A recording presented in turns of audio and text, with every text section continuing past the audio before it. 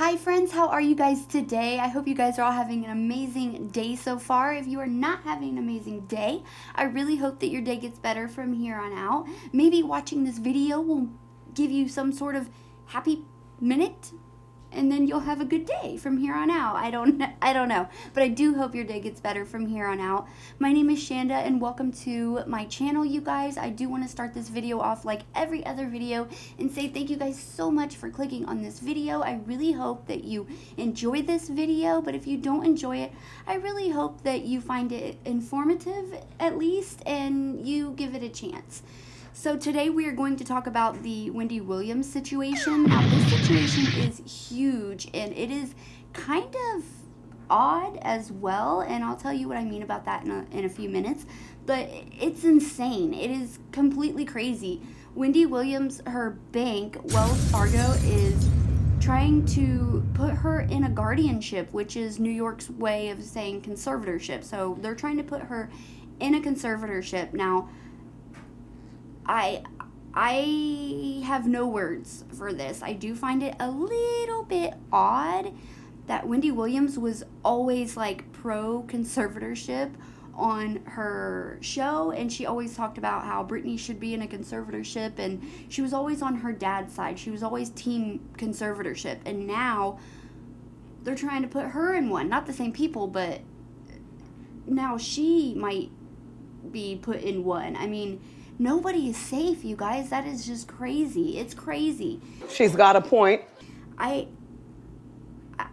don't know. It's just a little odd to me. I know a lot of people don't like Wendy Williams because of that, but nobody deserves to get their rights taken away, and we should definitely stay on top of this, because do you guys remember in the intro that I made for one of my Britney videos, Leanne Simmons, she is a Britney supporter, and she is one of the main ladies in the Free Britney movement. She's done a lot of good things for the Free Britney movement, and she was talking about how not only are we going to free Britney, but we're going to try and change the laws, because if you have a lot of money and somebody wants it, they can conserve you. It's way too easy to do. That is her exact quote. We're not only going to free Britney, but we are going to reform these laws. We are going to fix this broken system. There's no oversight into conservatorships. We need to keep an eye on them, because in something that really kind of blew me away that Britney said was she knows, she's done her research, and she knows there are thousands of conservatorship victims out there. Like, she is smart, and I think that the attention on her case will hopefully open people's eyes to the fact that this could happen to you or me or our family members. If you have some money and someone wants it, they can pretty much conserve you. It's way too easy to do.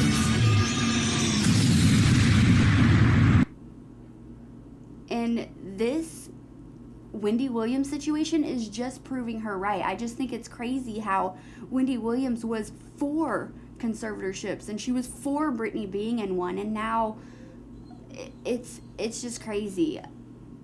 Nobody is safe. Nobody is safe. But we're going to go through all of that. We're going to go through the story and some of the court documents. And what's wrong?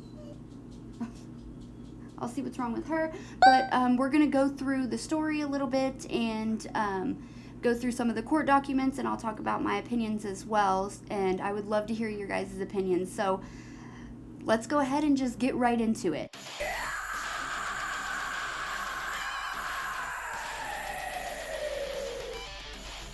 Okay guys, let's go ahead and start off with the story. Now, the story that I got everywhere that I looked and checked was all the same story. So the story goes that Wendy Williams had a long-time financial advisor through her bank, Wells Fargo, and this woman's name was Lori Schiller. Now, I couldn't find out why, but Wendy Williams decided to fire this woman. And when she fired this woman, the lady went to the bank and told the bank, like, hey, Wendy Williams is crazy, and we need to do something, I guess.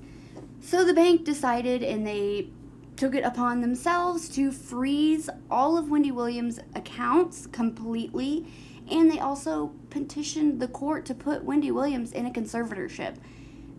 They froze all of her accounts, and they also blocked her from even looking at her bank statements or anything. So she can't look, see how much money she has, see if it's coming out of her account, see what's going in, what's coming out.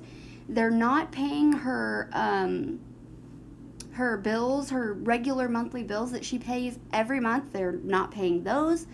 And she was getting in trouble. Like, hey, I need to pay these bills. You got to pay these bills. And they weren't paying the bills. They weren't even letting her look. And so they petitioned the court to put her in a conservatorship. Now, the thing that I found out that I think is just completely terrifying, that in the state of New York, anyone can petition to put anyone in a guardianship or a conservatorship. You don't have to be a family member. You don't have to be a doctor. It doesn't matter. So I can't believe that. That's absolutely terrifying. So anybody can petition to put anybody in a conservatorship. So that takes me back to what Leanne was saying. If you have a bunch of money and somebody else wants it, they can try to conserve you. It's way too easy to do. And it seems like it's way easier in New York. Like, so that is how, because at first when this happened, I was like, hold on, how can her bank be trying to put her in a conservatorship? But apparently in New York City, and New York, the whole state of New York, anybody can petition to put somebody in a conservatorship. That's terrifying, and those laws definitely need to be changed. So let's go ahead and get started with the court papers. We're going to go through some of the court papers. I don't know if we'll go through absolutely all of them. We'll go through the important ones. Okay, so this is the first page. Now this says petitioner Wendy Hunter. Now Wendy Hunter is Wendy Williams. Her ex-husband, his last name was Hunter, and that's still her legal last name apparently. But she filed this through her attorneys, Miami Entertainment Law Group, and they are petitioning against the respondents, Wells Fargo. And they talk about the articles and everything, and they are pursuant to a preliminary enjoining and restraining the respondents and any of their agents, members, officers, employees, representatives, or anyone else who is acting on Wells Fargo's behalf from freezing all of Wendy's accounts, including but not limited to personal, business, deferred compensation, and investment accounts, and interfering with her right to access her financial assets and statements pending a final binding decision by an arbitrator. So they have already froze all of her accounts. They won't let her look at any of her accounts. They won't let her look at any statements or anything like that. And they shouldn't be able to do this until they get a decision from an arbitrator. So they can, I guess, petition to do these things and put her in a conservatorship and all that, but they should not be able to just out of the blue freeze all of her assets and all of her accounts and not even let her look at them. This needs to be, have a decision by an arbitrator or a judge or something first. Now, the parties in this are the petitioner, Wendy Hunter, Wendy Williams. She is an individual residing in New York, New York.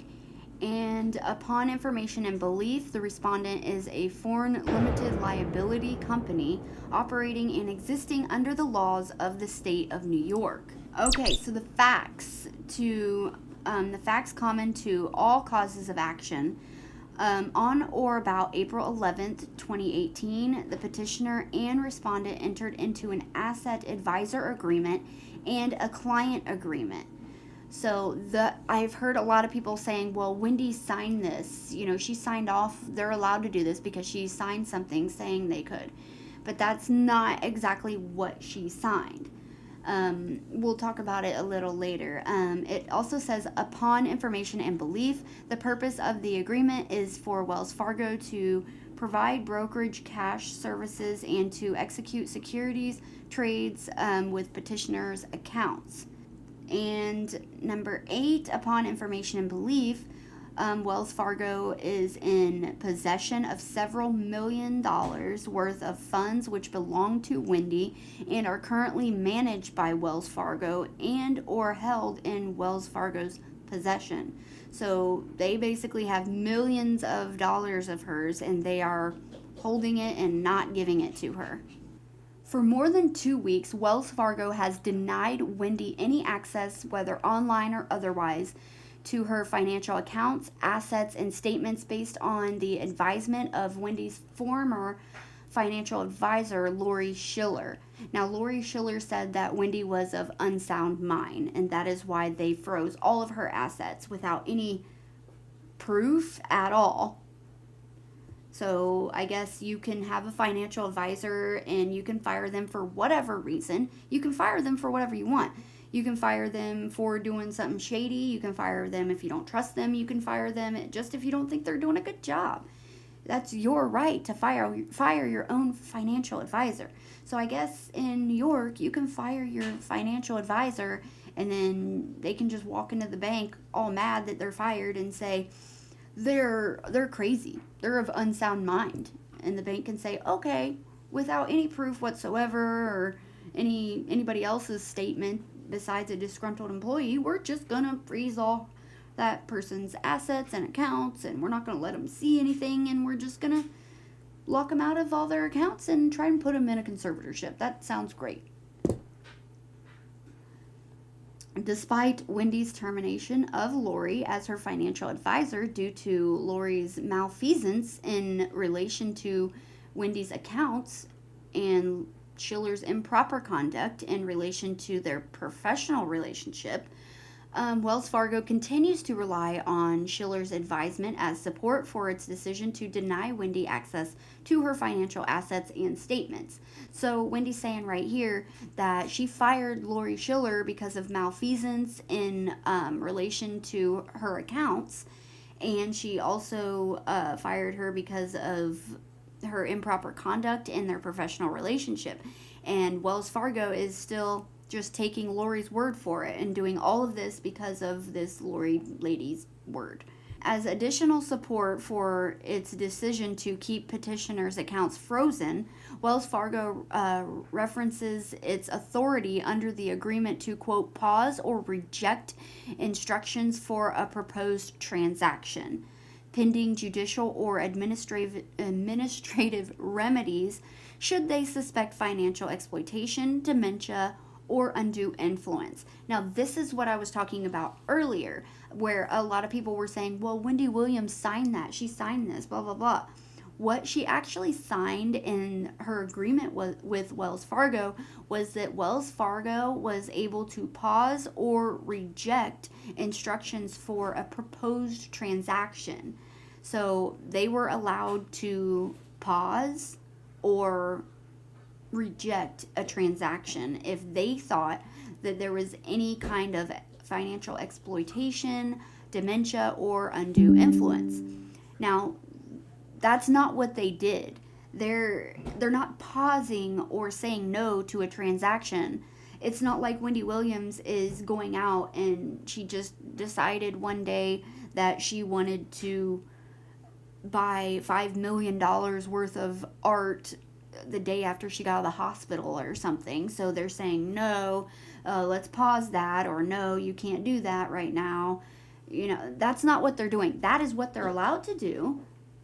That, for example, that is what that means. That's what they're allowed to do, but that's not what they're doing. They are saying there's no proposed transaction here, and they're saying all of your financial accounts are frozen. You can't have any of your money. And by the way, you can't look at any of your bank statements either. So you can't see if any money is coming out of it. You can't see what's going in.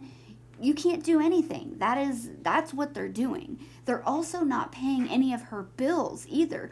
Wendy has spousal support she has to pay. She has like her mortgage, all her regular monthly bills, and she has a bunch of employees to pay as well, and they are not paying any of that. They're not paying any of her bills, so they're letting her get deeper and deeper and deeper into debt. Does that sound like a bank who has your back? I don't think so. So I don't get how they're allowed to do this. That is absolutely not what she agreed to. It says, however, that provision is inapplicable in this instance for several reasons, including the fact that Wendy has not proposed a transaction for which respondent allegedly has the discretion to pause or reject. And even if the provision did apply, Wells Fargo is going beyond the scope of the authority granted by the provision because Wells Fargo is completely denying Wendy the ability to access or even view, whether online or otherwise, her financial assets and statements, which Wendy has requested for the purpose of ascertaining the current standing of her accounts, and which is not a transaction as contemplated under the agreements. So her saying, hey, I want to see my accounts right now. I want to see how much money's in there. I want to see if anything's coming out. I want to see the transactions that's been. I want to see. And they're saying no. Me wanting to look into my bank account, that's not a proposed transaction.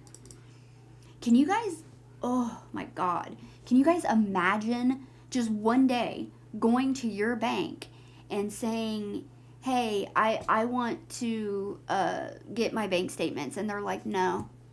And then you're like, okay, well, I want to take some money out. No. Like, what do you mean no? That's what I would say. I would be like, what do you mean no? That's my money. So, like, could you imagine? That would be so insane, you guys. So insane. I would be like, how am I going to pay all my bills? What am I going to do? I don't know. That's not our problem. Like, I couldn't imagine. Oh my gosh. I would be so livid. In other words, Wells Fargo's actions and the actions of its agents have impeded and unlawfully prevented Wendy's access to her property. Yeah, they have. Although pre-dispute arbitration is required under the agreement, given the imminent, I cannot say that word. I've never been able to say it, so let's just skip that so I don't sound duh. And irreparable harm caused to Wendy by Wells Fargo's actions. Wendy seeks injunctive relief from this court pursuant to Article 63, the preliminary enjoining and restraining the respondent from denying Wendy access to her financial accounts, assets, and statements pending a final binding decision by an arbitrator. So they're saying you guys have caused her irreparable harm by not allowing her to pay any of her bills. You're getting her behind on everything. Like, she can't even probably feed herself. I mean, unless she just happens to have a bunch of cash hanging out somewhere or other accounts with somebody else. Like, that's causing her a lot of harm. Like, how are they getting away with this? I don't understand. So she has a request for relief. The legal standard, Wendy repeats and restates the allegations contained in the prior paragraphs of this petition as if set forth more fully herein. Sorry. Wendy requests immediate preliminary injunctions and temporary restraining orders, preliminary enjoining and restraining Wells Fargo and any of their agents, members, officers, employees, representatives, anyone else acting on their behalf from freezing all of Wendy's accounts, including but not limited to personal business, deferred compensation, and investments accounts, and interfering with her right to access her financial assets and statements. So she is wanting to put a restraining order on them from not being able to do this again or any more.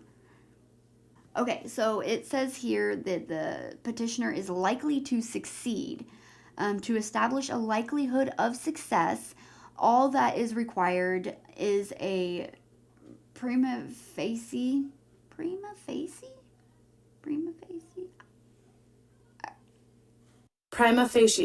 right, that, showing of the right to relief requested. So there's, see this law right here. Moreover, it is well settled that a likelihood of success on the merits may be successfully established even where the facts are in dispute and the evidence is inconclusive. The mere existence of an issue of fact will not itself be grounds for denial of the motion. So they're basically saying that Wendy is likely to succeed because it's her money. I mean, duh. So what Wendy is asking for, enjoining and restraining Wells Fargo and any of their agents from freezing Wendy's accounts. So she wants to restrain them from freezing her accounts, enjoining Wells Fargo and any of their agents or anyone else acting on Wells Fargo's account from freezing, withholding, or altering any of her assets, which contains any funds that were removed or withheld from Wendy's own personal business accounts and all other funds.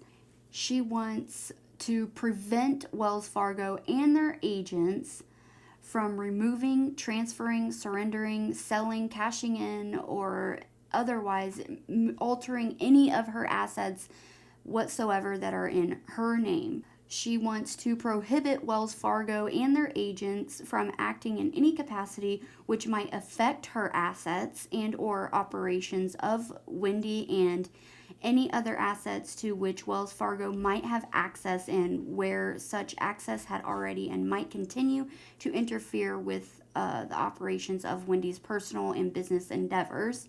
So she doesn't want them touching, moving, doing anything to her money, which makes sense. I wouldn't either. She wants directing that Wells Fargo reopen any frozen accounts or assets and grant access to any accompanying statements currently identifiable as accounts or policies which contain funds that were removed or withheld from Wendy within 48 hours of the date of this order. So they want Wells Fargo to reopen all of her frozen accounts and assets that they froze within 48 hours, enjoining and prohibiting Wells Fargo and their agents from acting in any capacity which might affect Wendy's ability to close and or liquidate any financial assets with Wells Fargo, including but not limited to bank accounts, deferred compensation accounts, and life insurance policies, and granting such other and further relief as the court deems just and proper. So she also wants them to allow her to close all of her accounts and liquidate all of her accounts and financial assets or anything that has anything to do with Wells Fargo. She wants to get all of her money away from them. That is what I would do. This is so out of the blue, but have you guys ever seen that 90s movie called Romy and Michelle? Romy and Michelle's High School Reunion is what it's called. And I remember this movie. I used to watch it when I was little. And I don't know, but they go back. They have like memories of them in high school. And they go back to where they were having lunch. And like the popular girl comes up to them and talks to them about something, and then she says, she starts saying, "Oh, it's the Music Man," and then she says, she sings it. She goes, "Oh, the Wells Fargo wagon is a coming down the street." I don't know, but it's in that movie, and she says, "Oh, the Wells Fargo wagon is a coming down the street," and every single time I hear Wells Fargo, that is what I sing in my head every time. "Oh, the Wells Fargo wagon is a coming down the street." I love the Music Man. That is from that movie, and I just been saying it over and over. I can't get it out of my head, so I don't know. Anyways, let's get back to what we were doing. Okay, so this is the affirmation in support of the order to show cause preliminary injunction and temporary restraining order. Celeste McGraw is an attorney and duly licensed to practice law in the state of New York. She affirms and follows under penalty of perjury that she's an attorney with Miami Entertainment Law Group, the attorneys for Wendy Williams. I am fully familiar with the facts and circumstances herein, this case, whatever. I submit this affirmation together with affirmation of Wendy, dated February 3rd, 2022, in support of her emergency petition for a preliminary injunction, temporary restraining order, and other relief. Okay, so right here it says that Wendy is probably going to succeed on this merit regarding the causes of action by Wells Fargo, because they breached of their fiduciary duties, and Wells Fargo refuses to allow Wendy access to her financial assets and property. As explained in the emergency petition that we already read, Wendy is entitled to a preliminary injunction and temporary restraining order against Wells Fargo and all their agents to stop doing what they're doing, pretty much. We've already read the emergency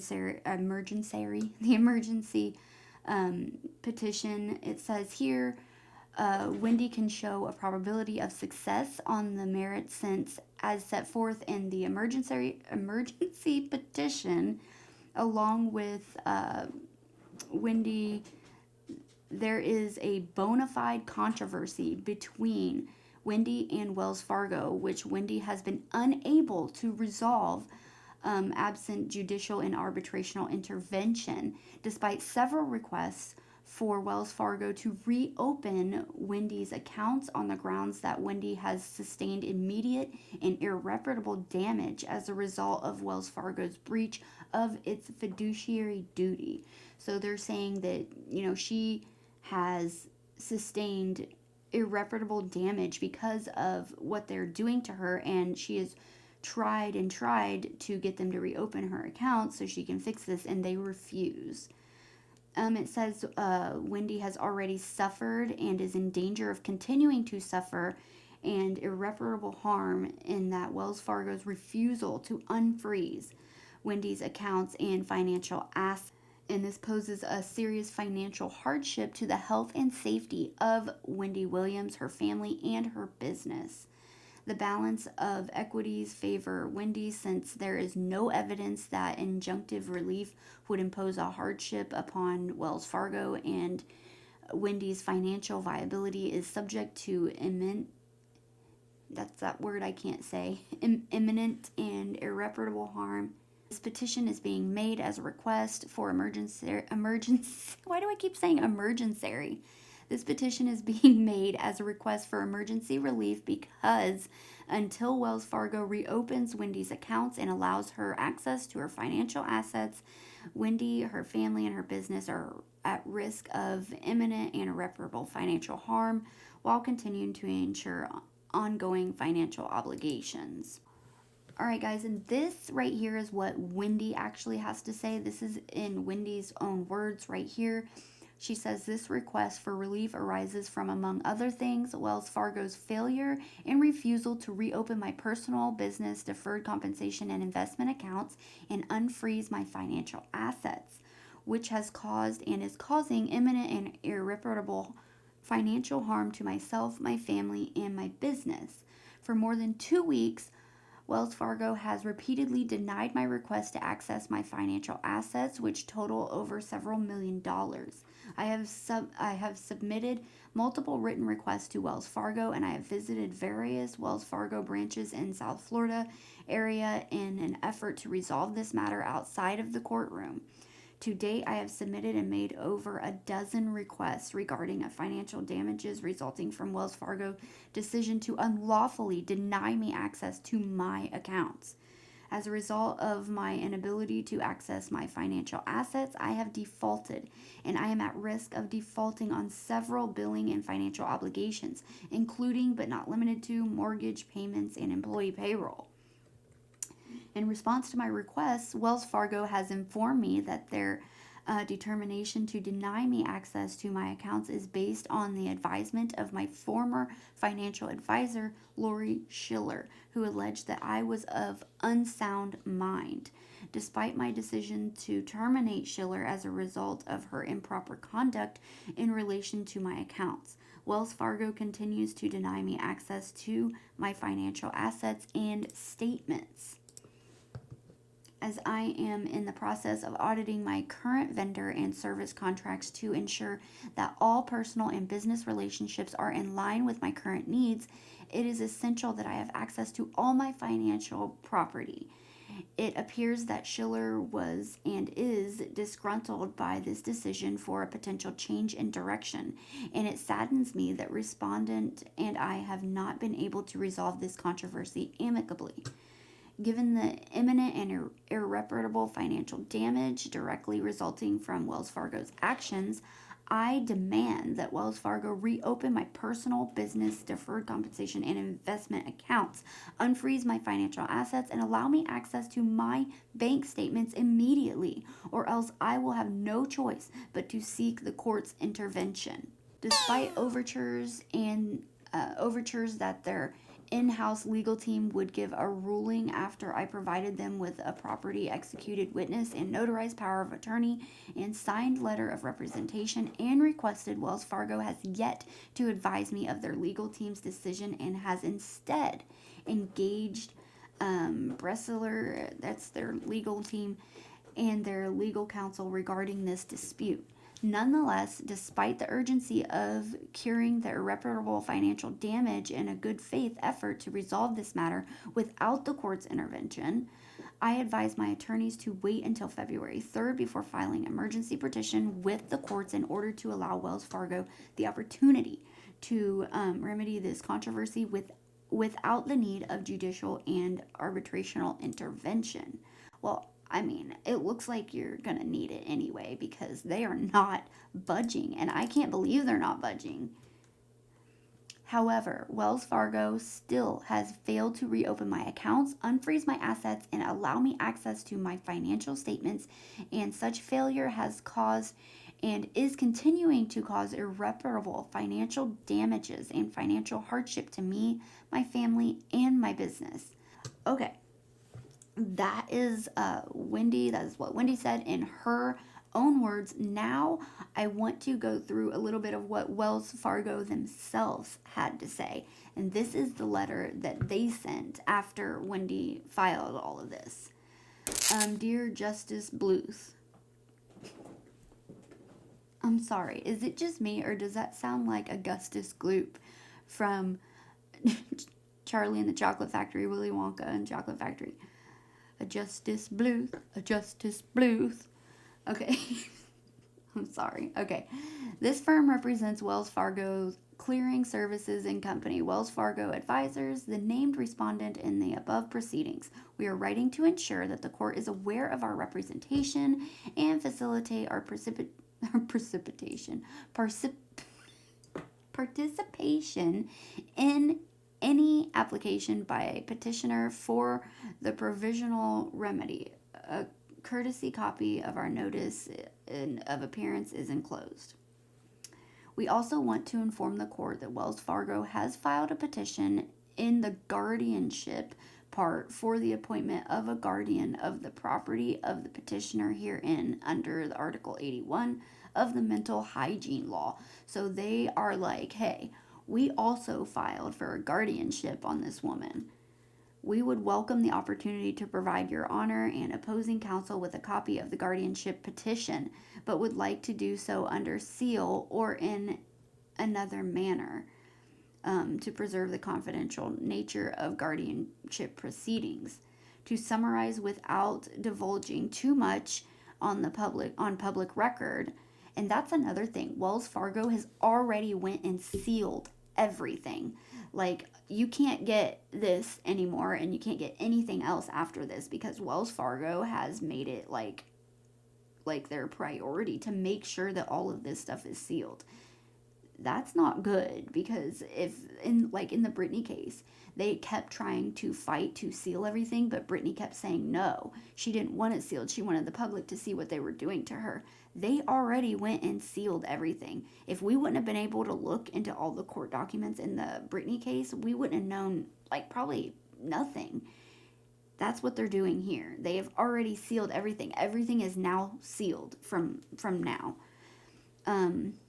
Wells Fargo has strong reason to believe that the petitioner is the victim of undue influence and financial exploitation. Do you guys remember that that's the exact same thing that they used in Brittany's case? They said they used Sam Lutfi, and they said that Brittany was exploited by Sam Lutfi, and she was under his influence, so they had to put her in a conservatorship to save her from his influence. That is exactly what they're doing here. I don't know who they are saying she's under the influence of, but they're saying that they have reason to believe she's under influence and exploitation.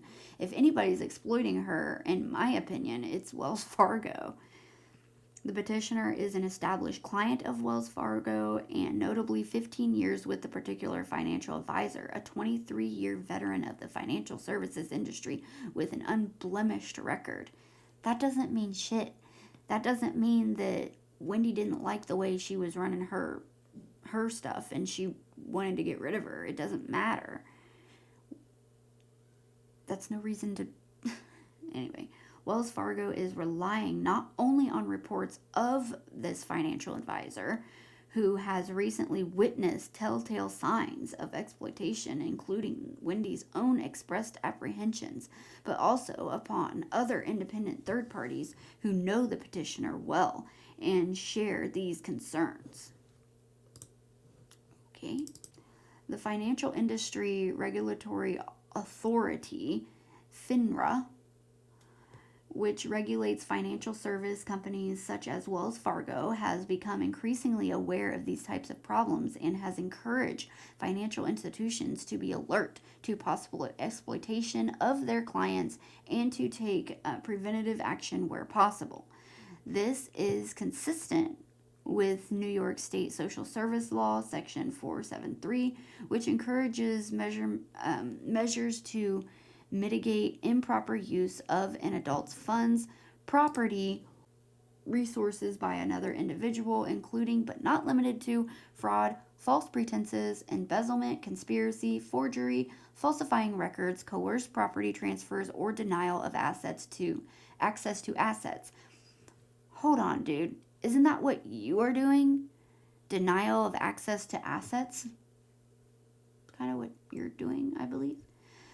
The FINRA rule, as recently amended, authorizes, I cannot read tonight, you guys, authorizes a financial institution to place a temporary hold on the disbursement of funds or securities.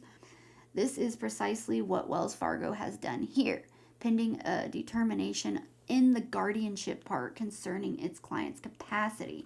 So they're basically saying that they don't want to unfreeze any accounts until after the guardianship hearing. That could take a while. I mean, that's ridiculous. You shouldn't be, as Wendy's lawyers pointed out, you shouldn't be allowed to just freeze her assets on your say-so and not give them back to her until after an arbitration or guardianship hearing.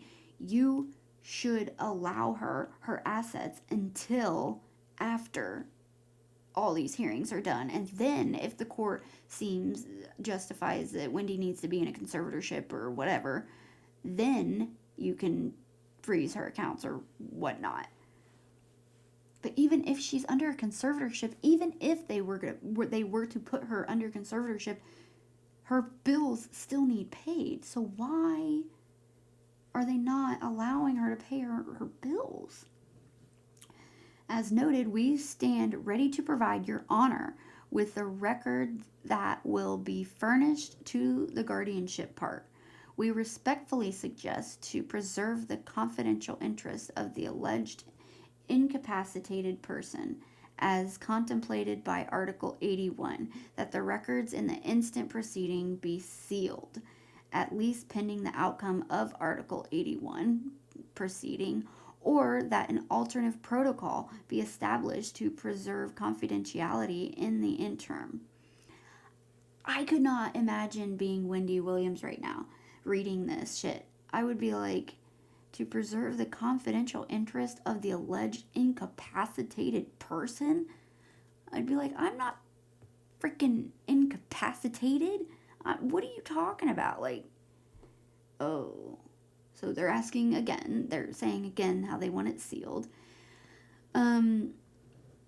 We note that although the current proceedings is styled as 1 in 8 of arbitration under this article, we are unaware of any pending demand for arbitration or pending FINRA arbitration between parties. Wells Fargo is merely a stakeholder in this proceeding. It has no interest in the outcome and seeks only to follow the anti-exploitation guidelines of FINRA and the state of New York for the protection of the financial interest and confidentiality of its client. That's almost laughable to me. Like, I have no interest in the outcome of this, but not only do I want to freeze your assets, but I want to put you in a conservatorship as well. And I'm just following the anti-exploitation guidelines by completely exploiting you. Okay. We have little doubt that regardless of the outcome of Article 81's proceedings, Wells Fargo will have demonstrated good cause for acting in the cautionary manner in which it is proceeding. So they are determined to show that they have good cause. And here is, we appreciate the court's consideration, respectfully yours, blah, blah, blah. Okay, so we have heard from the emergency petition. We've heard from Wendy herself, and we've heard from Wells Fargo. Well, Wells Fargo has submitted a second letter as well.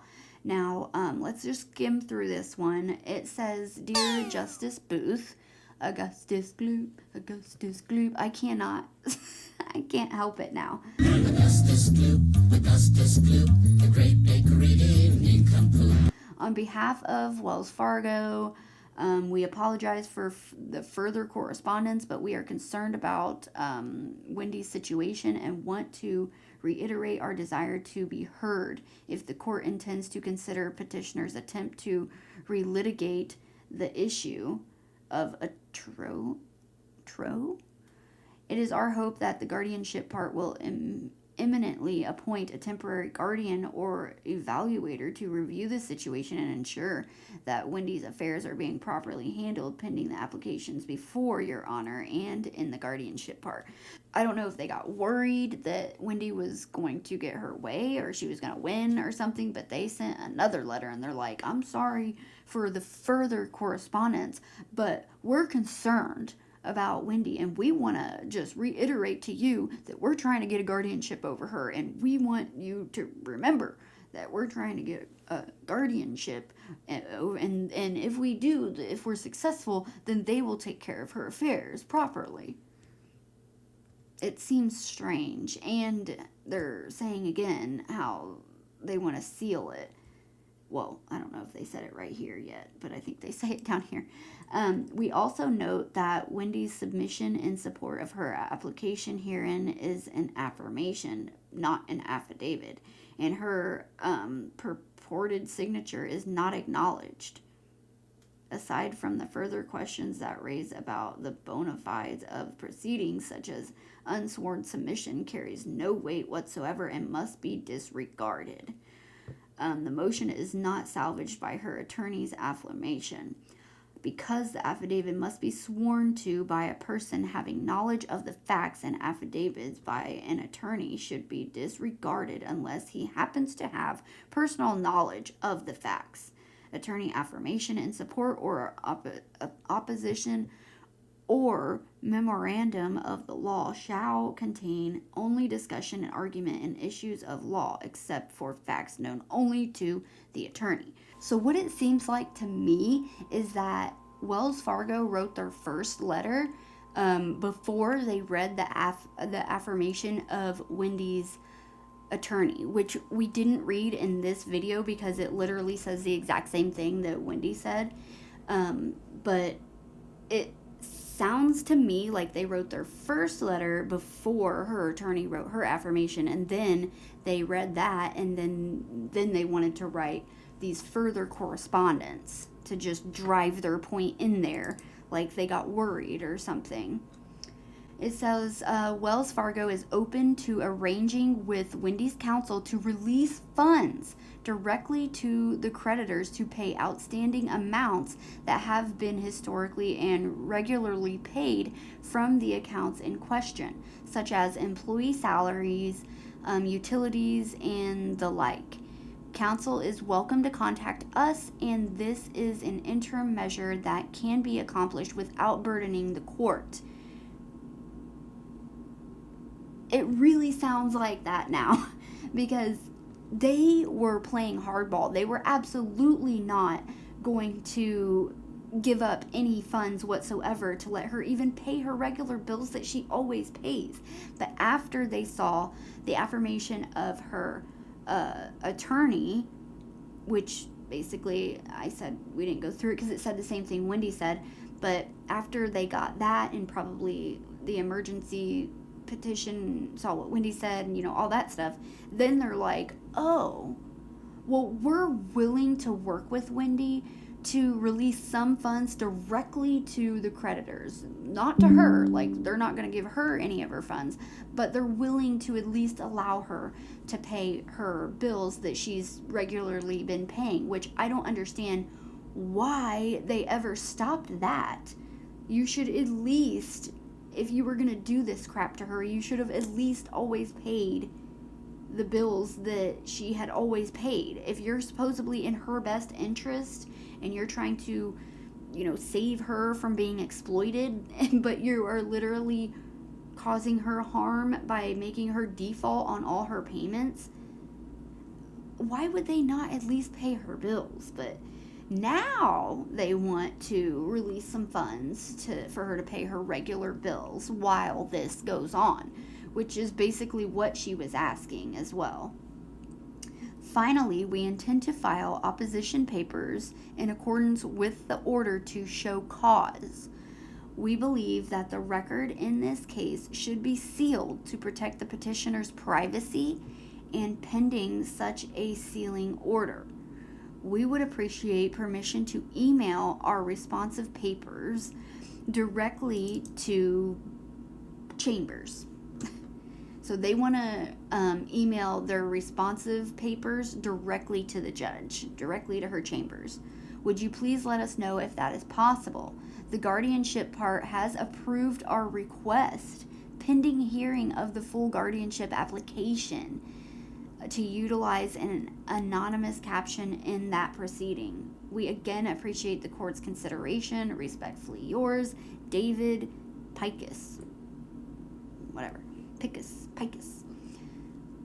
This is so odd. Their letters to the judge is so oddly written. Like it sounds like gaslighting to me almost. Like they are just driving their point home. Like, oh, remember the guardianship part has approved our request. So pending the full guardianship application, they've approved it. So they're like trying to drive that in there in the judge's head. Like, we are probably going to get this guardianship. So remember that. I don't know, you guys. Something just does not seem right about this whole thing. But especially that. Okay, so now the very last thing that I want to go over, the paper-wise anyway, is after these letters to the judge, Wendy's attorney wrote a letter to the judge as well. Now, she says, "Dear Justice Booth," I'll try not to sing it again. Augustus Gloop, so big and vile, so greedy, foul, and infantile.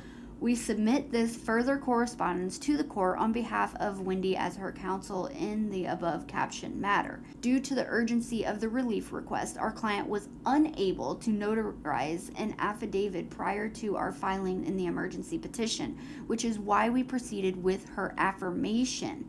However, it was and remains our intention to present a properly executed and notarized affidavit by petitioner to this court at a hearing on this matter.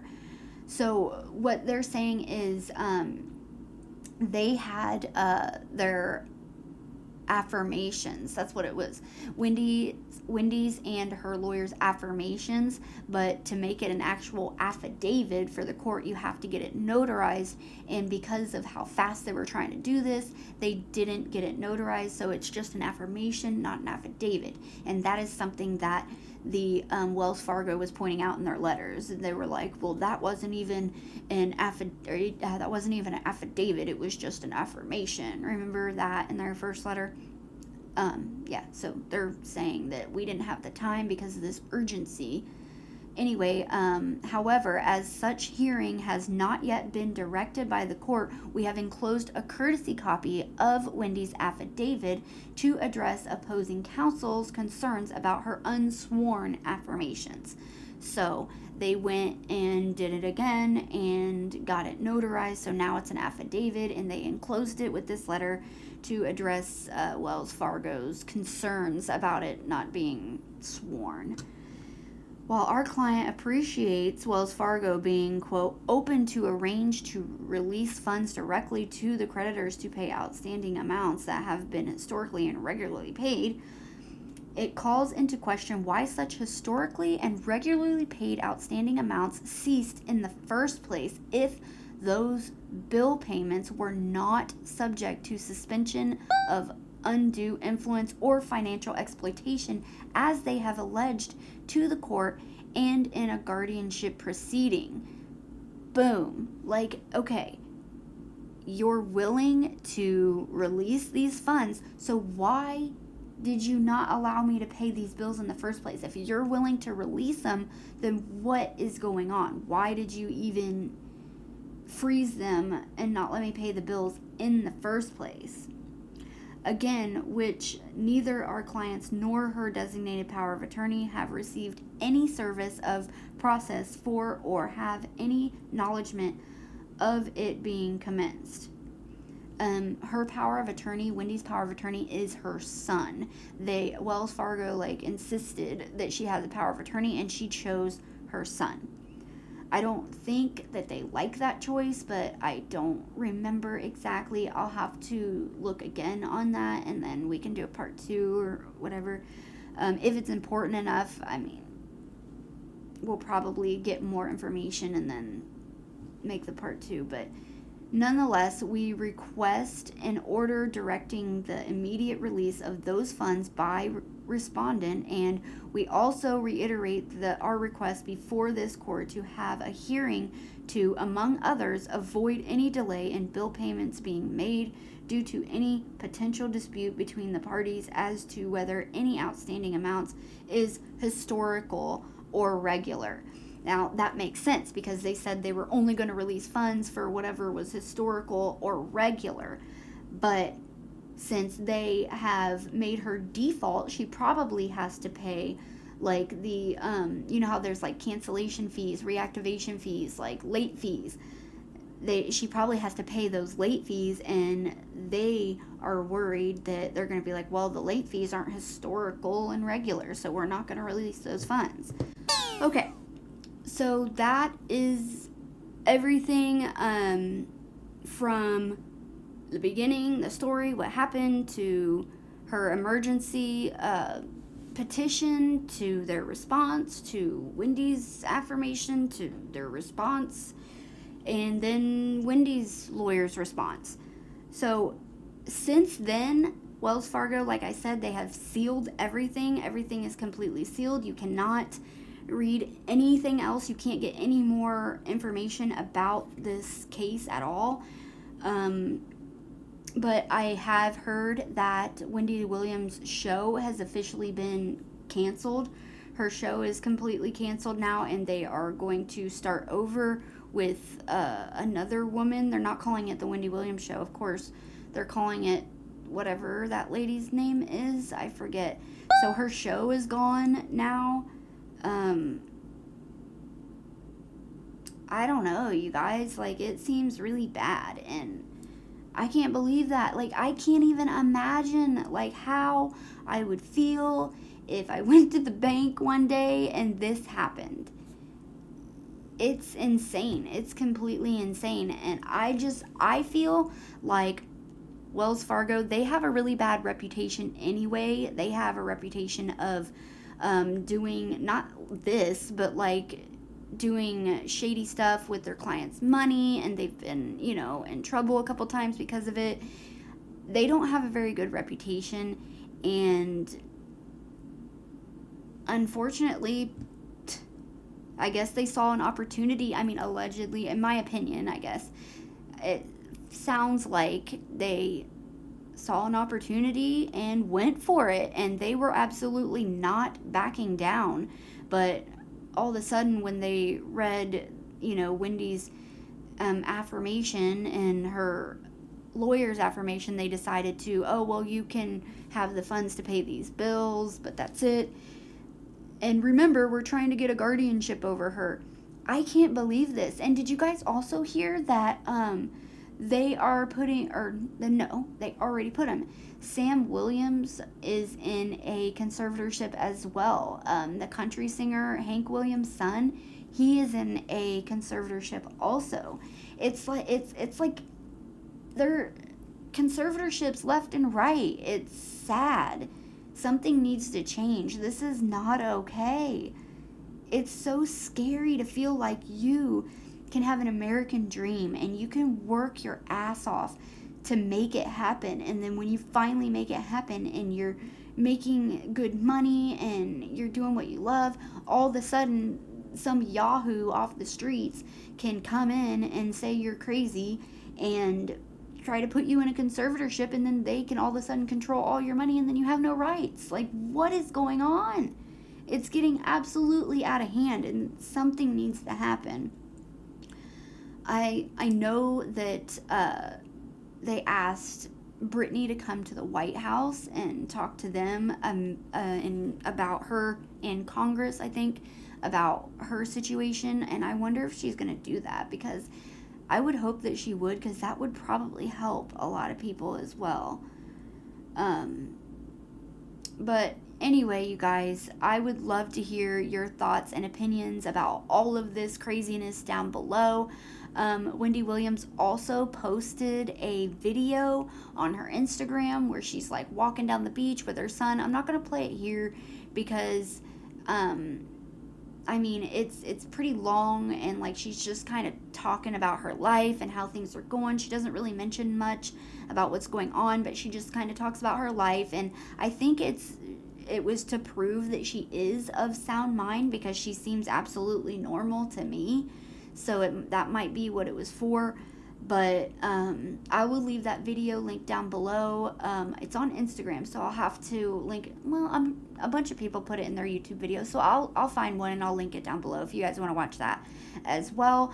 But as always, you guys, I would love to hear all of your thoughts and opinions about all of this nonsense going on. And what do you guys think about them trying to put her in a conservatorship? What do you think about New York law allowing anyone to petition to put anyone in a conservatorship? What do you think about Sam Williams being in a conservatorship? Like,